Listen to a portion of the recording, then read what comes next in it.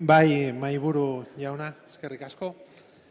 Hemen esan den bezala, gure ustez ere, kezkagarria da oso Venezuelan gertatzen ari dena.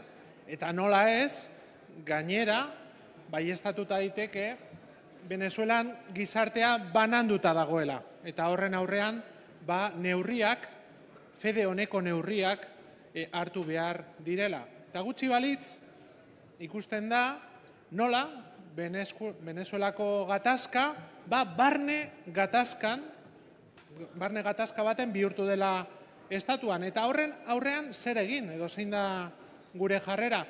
Alde batetik, nola ez, defendatu bide baketsuak. Eta nazioarteko zuzenbideak defendatzen dituen hastapenak, printzipioak.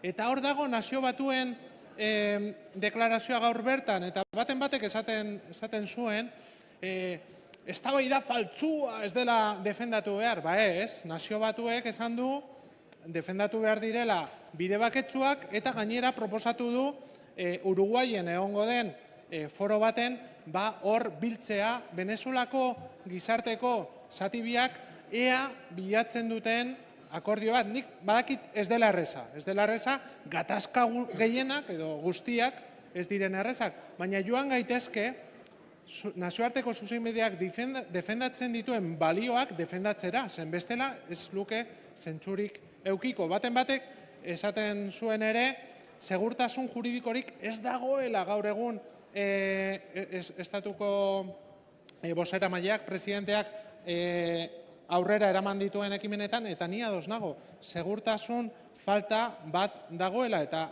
horrek ez du bat ere laguntzen bide baketsu bat eta konponbide bat bilatzera. Horregatik aurka bozkatuko dut. Mila esker.